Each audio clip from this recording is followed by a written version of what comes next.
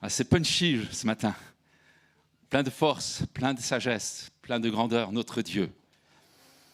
C'est une bonne introduction au message que je vais partager avec vous ce matin. Et je vais prendre un peu les phrases des jeunes pour donner un titre à mon message.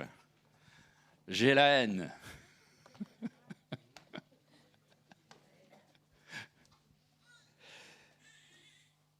C'est quelque chose qui nous choque quand je dis « j'ai la haine ». Tout ça parce que nous ne savons pas bien gérer cette question de haine. Et particulièrement la religion a manifesté beaucoup de haine dans l'histoire et encore aujourd'hui. Et au travers d'actes barbares, avec des connotations de fanatisme. Et en fait, la problématique de l'homme, c'est justement de savoir gérer cette haine. Parce que ce n'est pas juste un problème de religion, c'est un problème d'homme. La haine des uns engendre la haine des autres. Et l'escalade de la violence est la réponse à la haine. Parce que tu m'as mordu, alors je te mordrai, et si je peux, je te mordrai un peu plus fort. Et c'est des choses qui nous choquent lorsque dans les informations, nous entendons que la haine a tué un homme, a tué une femme. C'est ainsi qu'on est marqué dans l'histoire par toutes sortes de meurtres, et même dans l'histoire du christianisme. On parle aujourd'hui beaucoup de ces actes barbares accomplis par des islamistes, mais l'histoire nous montre que même dans le christianisme, il y a eu des actes barbares. Et le chrétien qui prêche aimer son ennemi, reconnaissons-le, on a souvent l'habitude d'utiliser la loi du talion, dent pour dent, œil pour œil. C'est tellement naturel. Alors nous avons appelé haine péché. Mais à la lecture de la parole de Dieu, nous sommes soudain mal à l'aise. Mal à l'aise parce que certains textes disent qu'il faut haïr. Et ce matin, je vais en partager un seul. Mais il est interpellant. C'est Jésus. C'est Jésus qui dit de haïr. Et pas n'importe qui. Nous lisons dans Luc chapitre 14. Luc 14, 26 à 33. Si quelqu'un vient à moi, et s'il ne hait, qu'est-ce qu'on n'aime pas ça? Et s'il ne hait pas son père, sa mère, sa femme, ses enfants, ses frères, ses sœurs, et même sa propre vie, il ne peut être mon disciple. Et quiconque ne porte pas sa croix ne me suit pas, ne peut être mon disciple. Car lequel de vous, s'il veut bâtir une tour, ne s'assied d'abord pour calculer la dépense et voir s'il a de quoi la terminer, de peur qu'après avoir posé les fondements, il ne puisse l'achever, et que tous ceux qui le verront ne se mettent à le railler en disant « Cet homme a commencé à bâtir et il n'a pas pu l'achever. » On dirait dans nos langages modernes « Il est nul ce gars. » Auquel roi, s'il doit faire la guerre à un autre roi, ne s'assied d'abord pour examiner s'il peut, avec 10 000 hommes, marcher à la rencontre de celui qui vient l'attaquer avec 1000. S'il ne le peut, tandis que cet autre roi est encore loin, il lui envoie une ambassade pour demander la paix. Intelligent. Ainsi donc, quiconque d'entre vous ne renonce pas à tout ce qu'il possède ne peut être mon disciple, dit Jésus. Amen. Alors, 3 conditions pour être disciple. Haïr ses parents, porter sa croix, renoncer à ses biens. Ah, combien sont prêts à être disciples de Jésus? Moi, j'aime mes parents. J'aime me faire plaisir et j'ai horreur de me faire mal. J'aime le confort, pas vous. Alors, je ne peux pas être disciple de Jésus. Qu'est-ce qu'il dit, le pasteur? Qu'est-ce qu'il a bu ce matin? Nous préférons des paroles un peu plus sympas, comme celles que Jésus va prononcer dans Matthieu 11, verset 28. « Venez à moi, vous tous qui êtes fatigués et chargés, et je vous donnerai du repos. Prenez mon joug sur vous, recevez mes instructions, car je suis doux, humble de cœur, et vous trouverez du repos pour vos âmes. Car mon joug est doux et mon fardeau léger. » Quel contraste! Quel contraste! Et pourtant, je crois que Jésus parle de la même chose.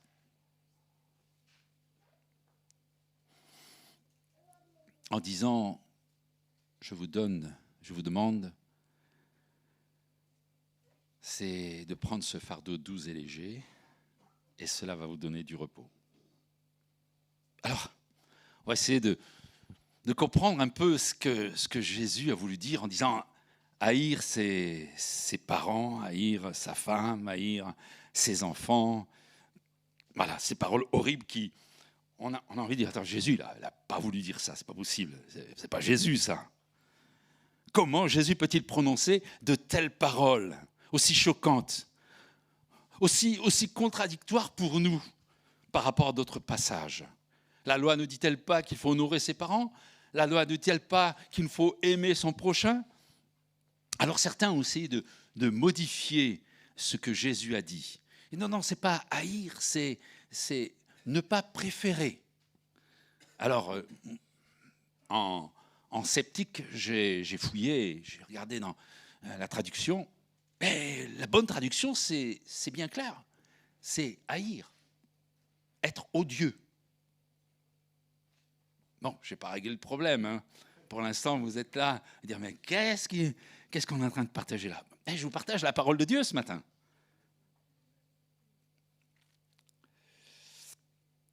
Pourquoi cela est choquant pour nous? Pourquoi cela est insupportable pour nous? Parce que dans nos concepts, dans les enseignements que nous avons en tant qu'enfants de Dieu, il y a un interdit à la haine. On n'a pas le droit de haïr. Et parce que Jésus dit aimer ses ennemis. Ça, on a bien retenu parce que c'est quelque chose qui est quand même très difficile pour nous d'aimer nos ennemis. Alors, je ne vais pas faire une prédication sur ce sujet-là, mais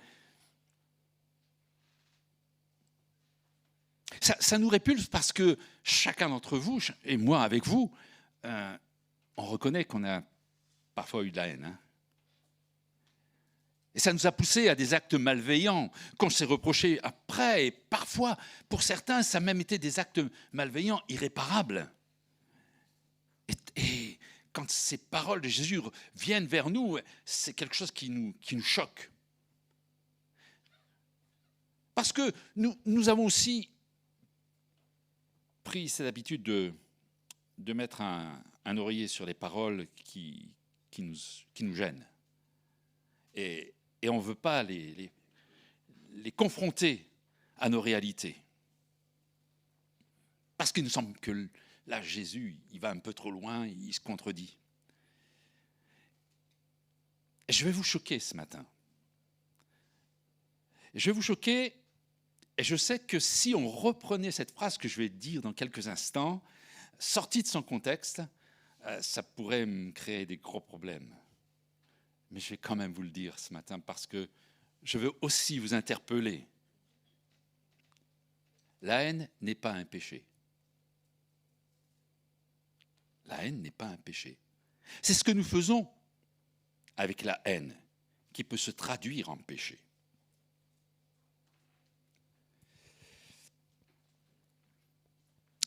Pourquoi je dis que la haine, ce n'est pas un péché? Parce que Dieu, il a de la haine. Dieu est. Et il est pourtant sans péché. Donc s'il est sans péché et qu'il va haïr quelque chose ou quelqu'un, c'est que la haine n'est pas un péché.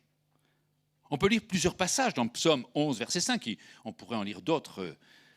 L'Éternel sonde le juste, il hait le méchant et celui qui se plaît à la violence. Dans Isaïe 61, verset 8, il dit « Car moi, l'Éternel, j'aime la justice et je hais la rapine avec l'iniquité. Je leur donnerai fidèlement leur récompense et je traiterai avec eux une alliance éternelle. » Dans Malachie 1, verset 3, « J'ai eu de la haine pour Ésaü. J'ai fait de ces montagnes une solitude, j'ai livré son héritage au chacal du désert. » Romains 9, verset 13, « J'ai aimé Jacob et j'ai haï Ésaü. » Si Dieu peut haïr et être saint, alors je peux aussi haïr et pourtant ne pas pécher. Alors oui, ce matin, je peux le dire, j'ai de la haine.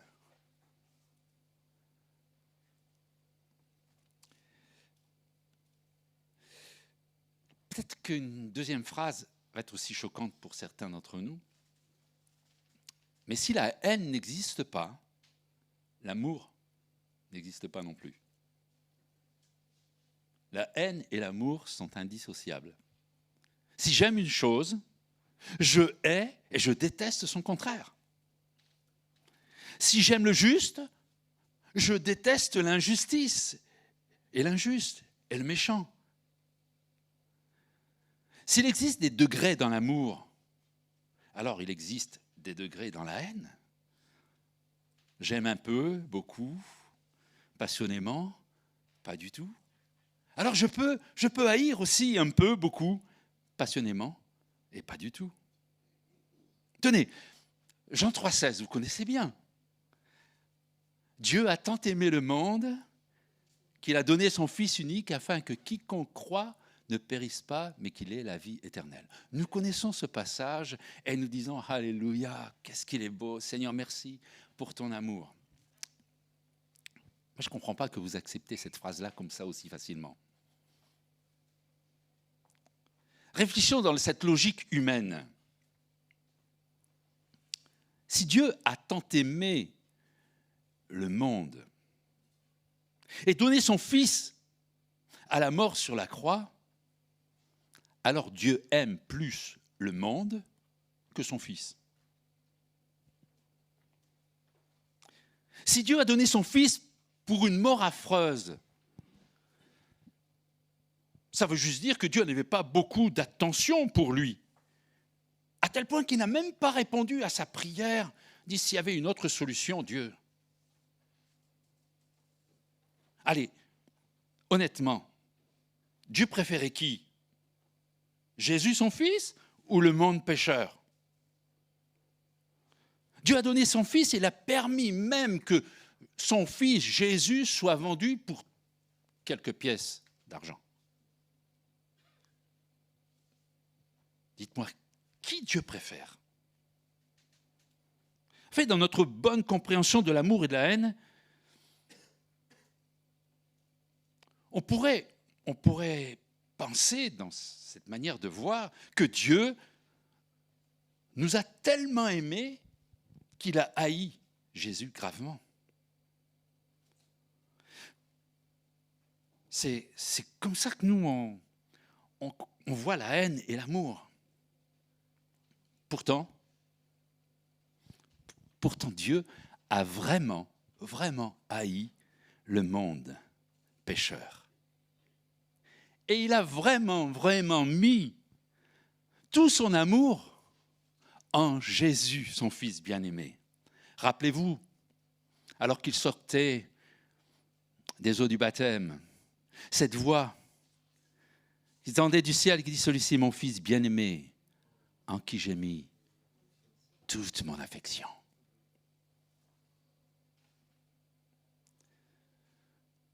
Alors je crois qu'il y a dans le partage, cette explication un peu décalée que j'ai apportée ce matin sur Jean 3,16, je ne la considère pas fausse, parce qu'il y a quelque chose qui est déséquilibré dans notre logique. Pour Dieu, la haine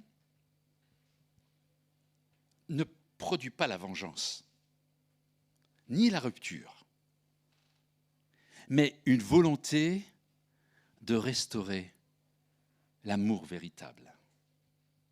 Et là, c'est puissant, frères et sœurs. Là, on se rend compte que, moi, en tant qu'homme, la haine, j'arrive pas à la gérer de cette manière-là. En tout cas, je n'avais pas compris de cette manière-là. De la haine ne résulte pas la vengeance, ni la rupture, mais une volonté de restaurer l'amour. Ézéchiel 33, verset 11, peut nous interpeller. Dieu dit « Je suis vivant ». Alors on pourrait s'arrêter sur cette notion « je suis vivant », pleinement vivant. Ce que je désire, ce n'est pas que le méchant meure. Entre nous, vous n'avez pas envie, vous, que le méchant il meure, hein? Ça, c'est notre façon de gérer la haine. Hein? Mais Dieu dit, je ne veux pas que les méchants meurent. Non, c'est qu'ils changent de conduite et qu'ils vivent. Revenez de votre mauvaise voie. Pourquoi mourriez-vous, maison d'Israël ?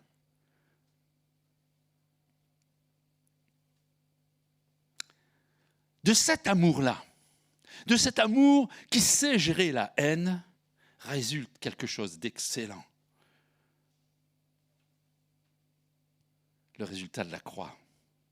Et ce résultat, il nous parle. Parce qu'il répand toute une suite de bénédictions. Parce que la haine a bien été gérée. On pourrait parler des fruits de l'esprit, du don de soi, du sacrifice, de perdre sa vie, comme on le verra après, d'emporter sa croix. Contrairement à notre logique, qui est de dire que la haine produit la guerre, Dieu, lui, il a donné ce qu'il aimait le plus, Jésus, pour sortir le monde des affres de sa haine. Quand Jésus dit « Si quelqu'un vient à moi, et s'il ne hait pas son père, sa mère, sa femme, ses enfants, ses frères, ses sœurs, et même sa propre vie, il ne peut être mon disciple. » Il ne nous invite pas à la guerre contre nos parents, contre nos enfants, contre nos sœurs, nos frères, ni même contre nous-mêmes. Non, il ne nous invite pas à la guerre ni à la rupture, mais à réagir contre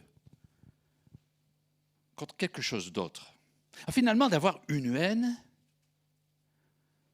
comme Dieu réagit par cette même haine. Je te hais suffisamment pour donner le meilleur de moi pour te sortir de ce que je hais chez toi. Oh. Vous voyez ce que Jésus a fait? Ce que Dieu a fait?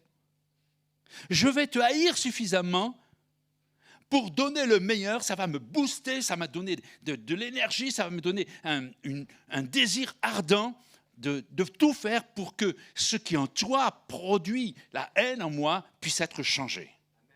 Amen. Alléluia. C'est important ce que je viens de dire. Retenez-le bien. Parce que la question suivante attend une réponse. Qu'est-ce qu'il y a dans mon père, ma mère, ma femme, mes enfants, mes frères, mes sœurs, dans ma vie, à les haïr en tant que disciple de Jésus? Qu'est-ce qui pourrait me pousser à haïr mon père, ma mère, ma femme, mes enfants, mes frères, mes sœurs, ma vie, en tant que disciple de Jésus? Ça la question. Alors, la réponse que je vous apporte, elle est toute simple. Tous sont possessifs. Ils veulent tous me garder pour eux parce qu'ils m'aiment.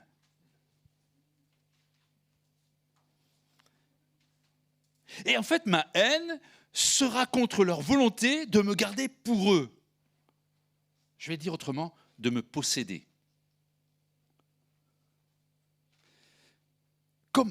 Comme finalement le péché me possède. Comme Satan veut me posséder pour me faire mourir. Ceux qui m'aiment, parce que j'en suis convaincu, mon père, ma mère, ma femme, mes enfants, mes frères, mes sœurs, même, et puis moi j'aime ma vie, je peux vous l'assurer. Mais toutes ces choses qui m'aiment veulent dire pour moi. Vous avez connu, vous qui êtes parents, quand vous avez appris que vos enfants partaient à l'autre bout du monde. Bon, des fois, même pas à l'autre bout du monde, hein. Juste quelques villages plus loin. Et comment vous avez réagi? Tous les parents qui aiment leurs enfants, ils réagissent pareil. Très mal. Et je vais le dire un peu brutalement, mais finalement, j'ai la haine que mon enfant n'habite pas à côté de chez moi. Et inconsciemment, à cette haine de vouloir garder nos enfants, il a fallu une autre haine. C'est dans le cœur des enfants pour dire « Ah mais nous, on ne veut pas ça !» Moi, j'ai la haine de ce que mes parents m'obligent à rester à côté d'eux. Et donc, j'irai habiter dans le village d'à côté ou à l'autre bout du monde.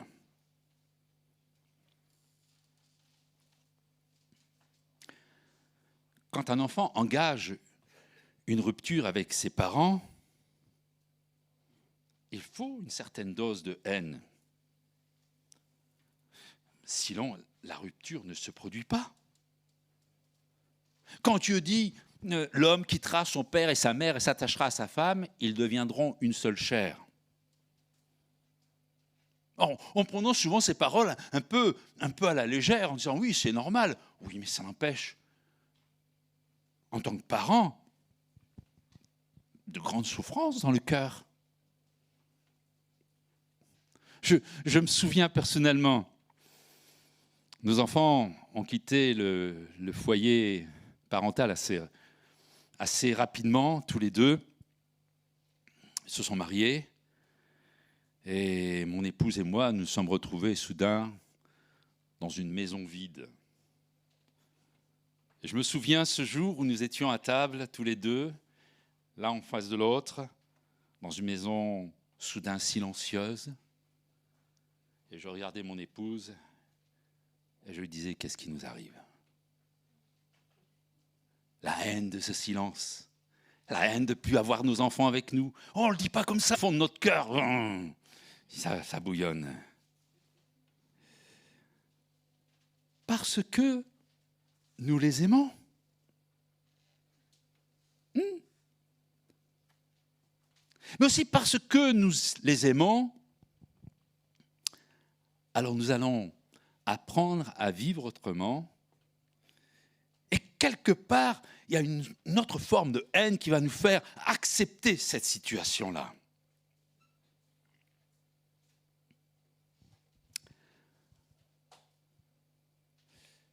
Finalement, on comprend un peu mieux ce que Jésus voulait dire. La haine de l'autorité possessive qui nous empêche de vivre pleinement notre vie de disciple, c'est quelque chose d'indispensable pour nous épanouir comme disciples de Jésus-Christ. Est-ce que ce matin, vous pouvez dire, après moi, je hais ce qui dans ma vie empêche mon épanouissement en Jésus-Christ? Vous pouvez le dire ce matin? Je hais ce qui dans ma vie empêche mon épanouissement en Jésus-Christ. Alors vous avez dit, ce matin, je hais mon père, ma mère, mes frères, mes sœurs.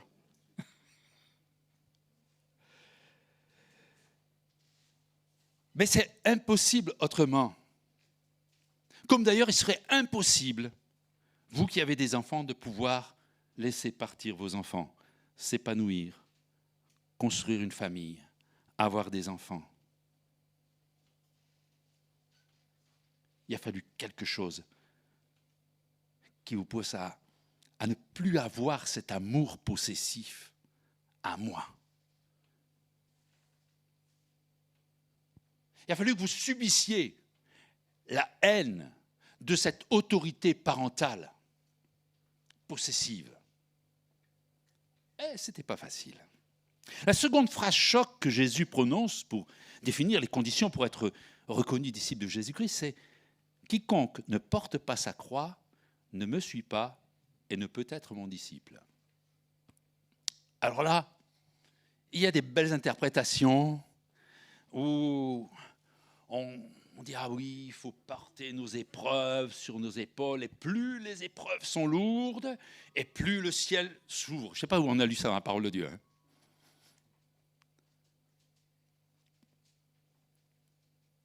Tout ça parce que, une fois encore, nous avons un peu de difficulté à comprendre ce porter sa croix. Je me souviens d'une dame croyante allait chaque année à Rome et pour vivre cette parole à sa manière, elle marchait sur la place Saint-Pierre et elle a fait le tour à genoux. Tout cela pour porter sa croix. Pas ce que Jésus veut dire. Jésus dit, si tu n'es pas prêt à porter ce qui va te faire mourir et à me suivre, tu ne peux pas être mon disciple. C'est pas ce qu'on prêcherait en réunion d'évangélisation. Hein. C'est pas ce qu'on dit non plus dans notre témoignage. Et finalement, c'est assez choquant et peu engageant. Enfin, ne quittez pas la salle tout de suite, hein, parce que je vais vous donner l'explication qui va suivre. Et nos frères et sœurs qui sont derrière l'écran, surtout, ne coupez pas YouTube. Quelle est cette croix que nous sommes appelés à porter en tant que disciples de Jésus? Bien, la réponse se trouve dans le premier verset. Parce que oui, c'est quelque chose qui est compliqué pour nous à gérer. Et c'est pesant. Demandez aux parents si ce n'est pas pesant de vivre la séparation de leurs enfants. Demandez aux enfants si ce n'est pas pesant de voir leurs parents souffrir.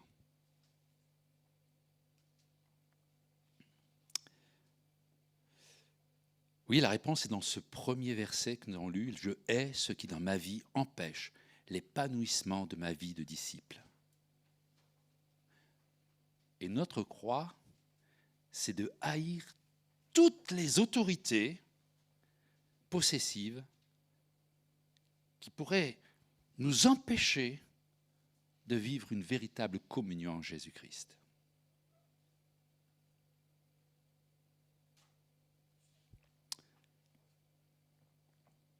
Je reprendrai cet exemple sur notre relation entre parents et enfants, parce que je la trouve très explicite.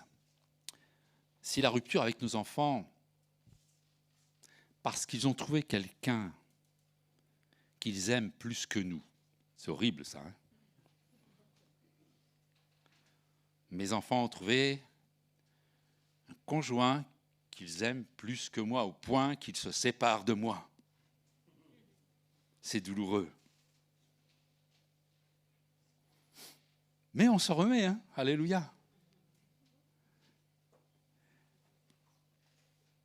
On s'en remet, mais rien ne pourra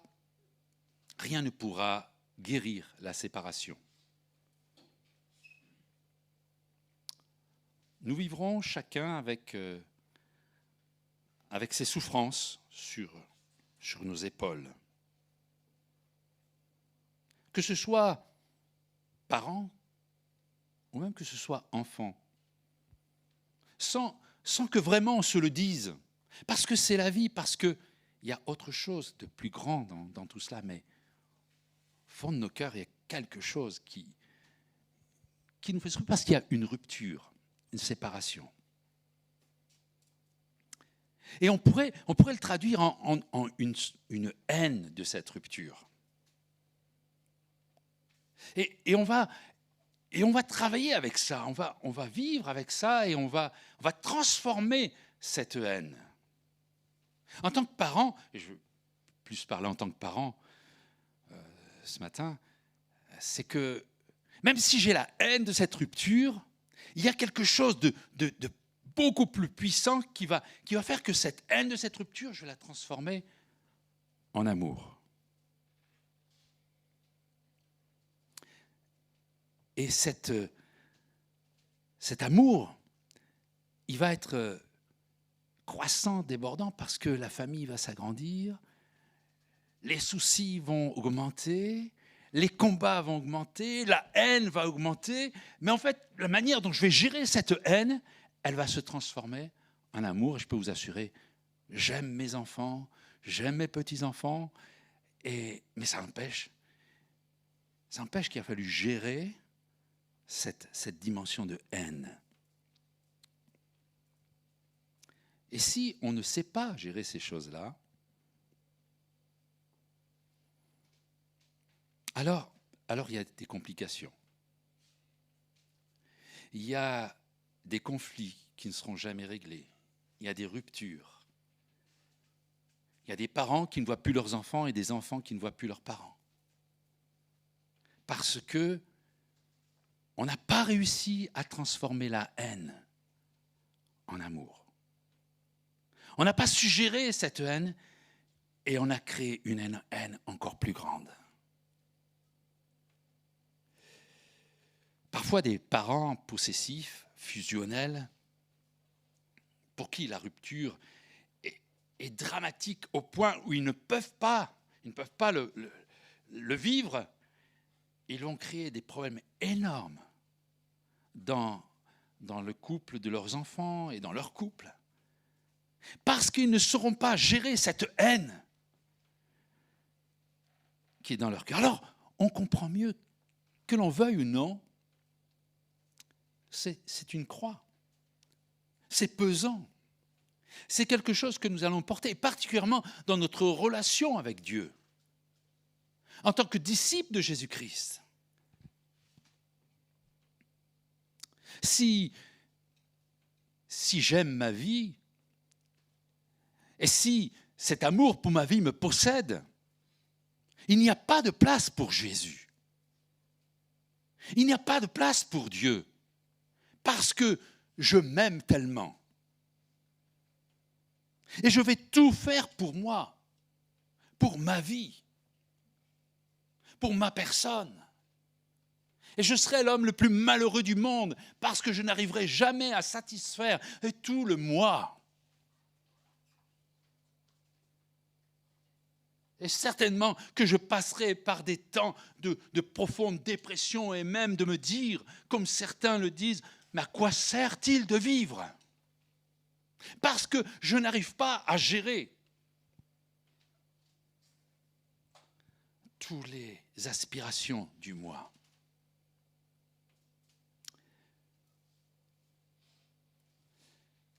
Par contre, si je suis en mesure d'haïr ma vie, et ça, c'est quelque chose qui est impossible à l'homme. Il y a quelqu'un qui hait sa vie. Alors, je sais qu'il y en a qui vont me dire, moi oui. Mais en fait, c'est parce qu'ils ont une maladie intérieure. Mais celui qui est bien équilibré, il va dire, moi j'aime ma vie. Je ne veux pas mourir. Hier, une personne nous disait, ah mais ça ne devrait pas exister la mort. On devrait vivre éternellement. Alléluia, c'est ce que la parole de Dieu nous propose. Mais pour cela, il faut accepter cette dimension de la gestion de la haine qui est là. Parce que s'il y a l'amour, il y a la haine.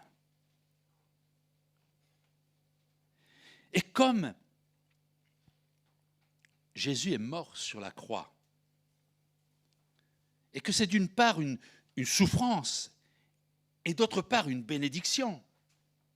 Quand l'enfant de Dieu, le disciple, il est d'accord pour dire, ok, je vais prendre toutes ces choses difficiles, cette haine qui est en moi,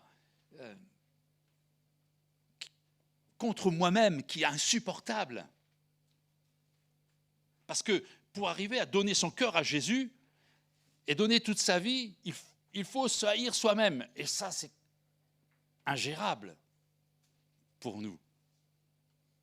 Mais par la foi en Jésus-Christ, il y a quelque chose de puissant qui se produit et qui nous donne la faculté de gérer notre haine de cette rupture.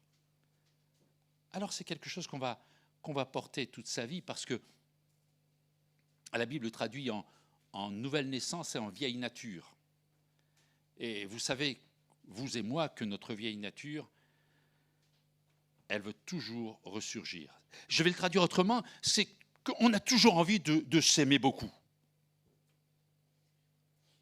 Et que de dire « je suis disciple de Jésus-Christ », j'aime Jésus,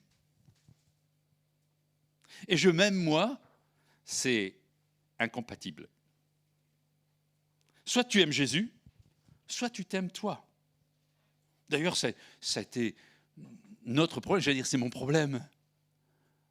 En tout temps, j'ai dit alors, Jean-Pierre, qu'est-ce que tu fais? Tu aimes Jésus ou tu t'aimes toi? Oh, je m'aime moi. Alors je fais une grosse bêtise. Et on pourrait citer tous les débordements. Ou alors j'aime Jésus. Et là, je vois la vie autrement. Alors, ça n'empêche qu'il y a toujours une partie de moi qui dit « Ouais, mais tu pourrais pas t'aimer un petit peu quand même ?» Et Jésus dit « Non, non, il n'y a pas... Là, si tu aimes quelque chose, tu dois haïr son contraire. Si tu aimes Jésus, alors il faut que tu haïsses ta vie. » Bien sûr, je vais le répéter, c'est que cette haine de notre vie va se transformer en bénédiction. Et c'est ça qui est puissant. Et c'est ça que nous devons comprendre. Ce n'est pas cette gestion de la haine comme nous l'avons toujours pratiquée en travaillant sur la vengeance, sur l'opposition. Non, c'est cette haine qui va transformer nos vies. Alors oui, Jésus, je ne suis pas persuadé que Jésus est venu avec le sourire, mourir sur la croix pour nous. Dans le jardin de Gethsémani, permettez-moi de le dire, il y a eu du stress, il y a eu de l'angoisse, il y a eu de la sueur comme des grumeaux de sang. Il y a eu un combat. Un combat parce que au centre, c'est la haine du péché. Et la haine du péché a poussé Jésus à donner sa vie pour nous. Mais quel combat! Et dans cette image de ce que Jésus a vécu, il y a notre vie à nous. Ce combat contre notre amour possessif de nous-mêmes, contre l'amour possessif de ceux qui nous aiment et qui voudraient nous emmener sur d'autres horizons, vers d'autres horizons. Mais parce que Jésus a su gérer cette haine, il devient une source de bénédiction. Ou à terme, même la souffrance va disparaître. En fait, Jésus est mort, et il est mort insensible à cette forme d'amour possessif. Non à ceux qui voudraient me posséder. Oui à celui qui a donné sa vie pour moi, Jésus. Alors Jésus dit quelque chose qui est intéressant. Quelque chose peut-être qui nous bouscule encore aujourd'hui et qui serait difficile à dire à quelqu'un qui, pour la première fois, a eu l'écran de son ordinateur pour venir sur la chaîne Église à lever et qu'il entende ce message. Où Jésus dit, bon, maintenant, réfléchis. Réfléchis avant de t'engager. Parce que il faut aller jusqu'au bout de notre engagement. Et ce n'est pas une partie de rigolade. Ce n'est pas quelque chose de léger.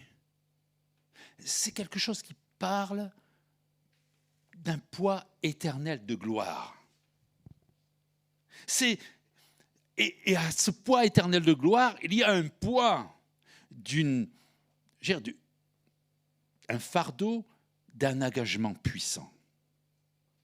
Et ça demande de notre part une véritable réflexion, non pas une fois de temps en temps, mais à chaque décision.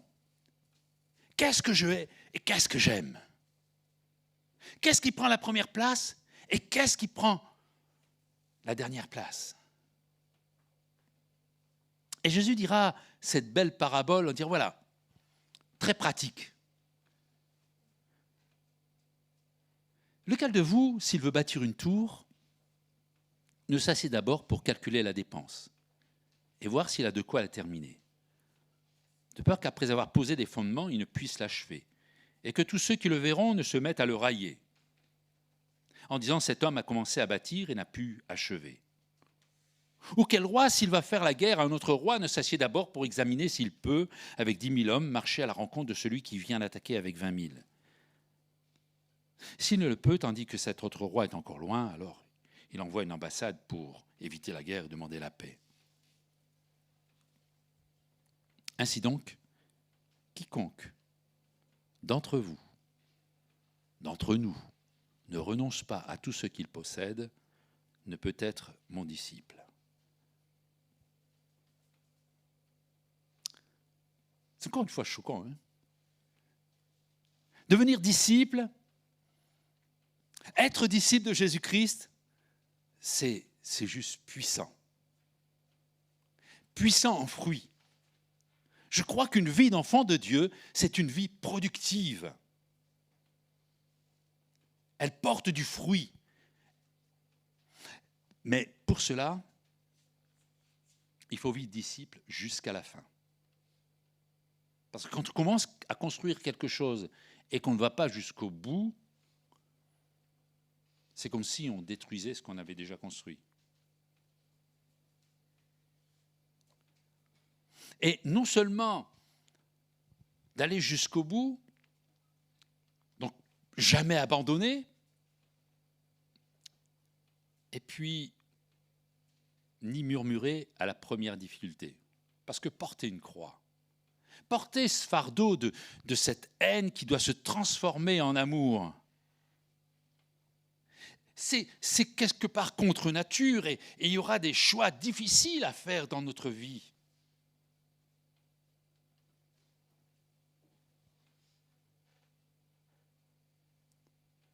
Et il y aura des choses qui seront radicales.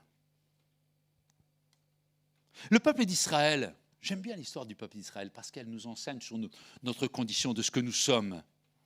Le peuple d'Israël, il a murmuré moult fois contre Dieu, contre Moïse, et finalement arrivé à la porte de la terre promise, il n'est encore pas content. Vous savez pourquoi? Parce qu'il n'a pas su gérer cette haine de la séparation de l'Égypte. Ils sont toujours restés à aimer les poireaux, les concombres, les melons qu'il y avait en Égypte. Ce n'est pas moi qui le dis, hein. Vous lirez dans Nombre 11, verset 5, vous verrez qu'ils se souvenaient des poissons et qui ne coûtaient rien. Et puis des concombres, des melons, des poireaux, des oignons, de l'ail. C'était tellement, tellement bien. Et puis maintenant, on mange la manne. Tous les jours, le même repas. Pour un Dieu puissant, pour un Dieu qui peut tout, pour un Dieu qui devrait être le meilleur cuisinier du monde. Tous les jours, la manne. Marre de la manne.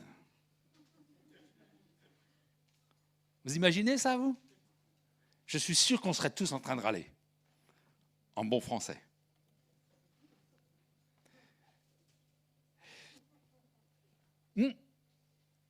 Et alors, porter sa croix, gérer cette problématique, qui peut-être même encore, au travers de ce partage, elle nécessiterait des explications, des réflexions personnelles, parce que c'est tellement contre nature. Moi, quand je hais quelqu'un, ma vieille nature, hein, elle a juste envie de lui rendre la monnaie de sa pièce et voir le double. Ça, c'est ma nature. Et comme je m'aime, j'ai envie de faire comme ça. Mais Dieu nous invite à vivre une autre dimension, une autre façon de gérer cette haine. Et c'est pour ça que nous ne comprenons pas. C'est pour ça que le passage que Jésus donne, il est insupportable pour nous. Parce que nous ne savons pas gérer cette haine. Et c'est un véritable fardeau. Et j'ai besoin de toute l'assistance du Saint-Esprit. Alléluia, moi je bénis Dieu. Dieu n'a pas offert aux hommes un demi-salut. Il n'a pas dit, voilà, vous allez avoir une problématique qui va être ingérable.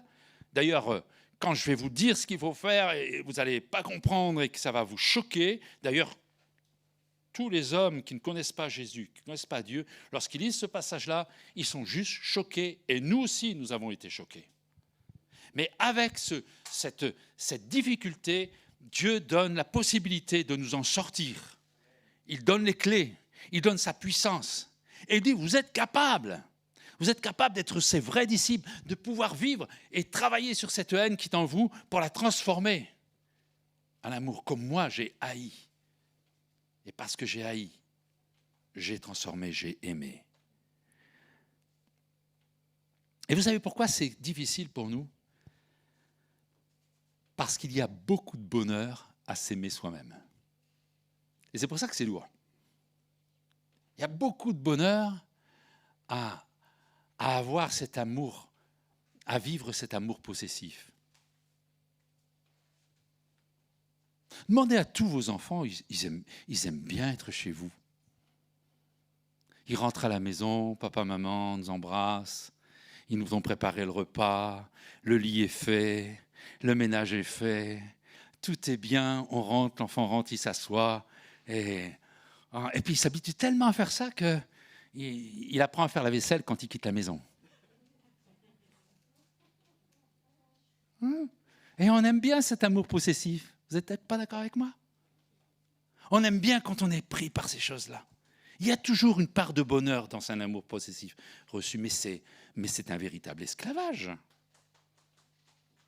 Et c'est bon d'enseigner aux parents, de dire, mais surtout, ne faites pas ça. Ne faites pas tout à vos enfants parce que vous les emmenez dans un esclavage. Et finalement, c'est mal travaillé, cet amour pour nos enfants.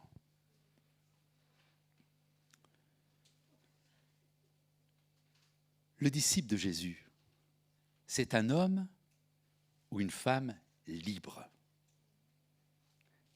Libre de tout amour possessif. Et il n'acceptera aucun bonheur, j'allais dire aucune douceur, en lien avec cet amour esclavagiste. Et la question se pose à chacun d'entre nous. Sommes-nous ces disciples de Jésus-Christ qui avons une telle haine pour nous-mêmes et pour tout amour possessif, afin d'être libres en Jésus-Christ et n'accepter aucune douceur, aucun bonheur qui nous rendrait esclaves. Et là, je rejoins juste ce que l'adversaire de nos âmes veut être. Il veut juste nous piéger, nous rendre esclaves. Et il n'utilise pas du vinaigre. Il utilise du sucre, des douceurs, du bonheur. Et ça nous emmène dans un esclavage duquel nous ne pouvons pas nous sortir par nous-mêmes. Et là, on pourrait reprendre l'histoire et dire, et alors Dieu nous a haïs. Il a haï le méchant, il a haï le pécheur, il a haï le péché qui est dans son cœur. Mais il a transformé cette haine en amour en donnant son Fils Jésus-Christ, afin de nous sortir de ce piège et nous amener à la liberté. Ainsi donc, quiconque d'entre nous ne renonce pas à tout ce qu'il possède ne peut être mon disciple. Nous chantons, et je vais inviter le groupe à venir me rejoindre, chantons souvent avec légèreté la dimension de la grâce. Et c'est vrai que la grâce, c'est... Merci pour la grâce, Seigneur. Parce que par la grâce, je peux tout. On chante « Ta grâce me justifie, ta grâce m'a franchi, ta grâce me purifie, ta grâce m'offre la vie, ta grâce m'a sauvé, ta grâce m'a pardonné, ta grâce m'a comblé, ta grâce m'a libéré. » Alléluia. Quand nous chantons ça, nous pensons que tout va se faire de manière si facile. Parce que c'est une grande vérité. Je crois dans cette puissance de la grâce. Et sans la grâce, c'est juste impossible pour moi de transformer ma haine en amour. C'est impossible pour moi de repousser ce qui me fait tellement plaisir. C'est impossible pour moi de repousser cet amour possessif qui m'entraîne dans un esclavage. Et la grâce est là pour rendre possible cette transformation. Sans cette grâce, impossible pour vous et moi de devenir disciples de Jésus-Christ, véritables disciples de Jésus-Christ. Mais la grâce n'a jamais exclu la croix. Jamais. Au contraire, la grâce intègre la croix. Elle intègre la croix de Jésus et elle intègre ta croix et ma croix. Et c'est pour ça que ce chant dit « Merci pour la croix ». Et nous pouvons dire « Merci pour la croix ». Merci pour la croix de Jésus. Mais j'ose dire ce matin « Merci pour ma croix ». Parce que cette croix que je porte, elle parle juste d'une grande victoire. Je suis libre. Je suis libre en Jésus. Ce qui semblait être une torture devient soudain une libération, une délivrance. Rien ne pourra m'assujettir maintenant. En Christ, je suis réellement libre. En Christ, ce qui me semblait être impossible, choquant. Si tu veux être mon disciple, il faut que tu aies ton père, ta mère, tes frères, tes sœurs et ta propre vie. Choquant, impossible. Mais en Jésus-Christ, je peux transformer tout cela. Avoir cette haine de cet amour possessif et le transformer en amour qui libère. Oui, en Jésus. Ce n'est pas quelque chose de de terrassant qui nous attend, mais un joug facile et léger. Parce que ce joug qui est lourd, il ne sera pas porté par vous et moi, mais par la puissance de Dieu qui nous remplit et qui nous rend capables d'accomplir ce qui était impossible pour nous. Que Dieu nous bénisse ce matin et qu'il nous fasse comprendre cette dimension de la vie de disciple en Jésus-Christ. Cette dimension de cette véritable libération et qui nous rend capables de nous attacher à plus rien. Parce que renoncer, c'est juste dire ne plus être attaché à autre chose qu'à Jésus-Christ. On va prier ensemble. Seigneur, merci pour ta grâce. Merci pour ta grâce parce qu'elle nous rend capables de faire l'impossible. Comme ne plus nous aimer nous-mêmes. Tellement pesant pour nous. Seigneur, que nous disions non jusqu'au jour où tu as éclairé, où tu as parlé à nos cœurs, où tu as été l'exemple parfait pour nous. Seigneur, ce matin, je te prie de parler à chacun de nos cœurs et nous faire saisir toute cette dimension pour que nous ne soyons pas des tièdes, mais que nous soyons bouillants pour toi. Seigneur, nous soyons radicaux sur le choix des haines et de l'amour. De vivre, Seigneur, selon tes voies. Parce que ce matin encore, si nous sommes là, c'est pour dire que nous sommes tes enfants et nous sommes disciples de Jésus-Christ. Père, que ta grâce coule sur chacun de nous, sur ton Église, sur tous ceux qui sont présents dans cette salle, ceux qui sont derrière l'écran, et que cette parole puisse toucher nos cœurs, nous interpeller et nous faire aller plus loin. Par ta grâce et avec ton aide. Amen. Amen.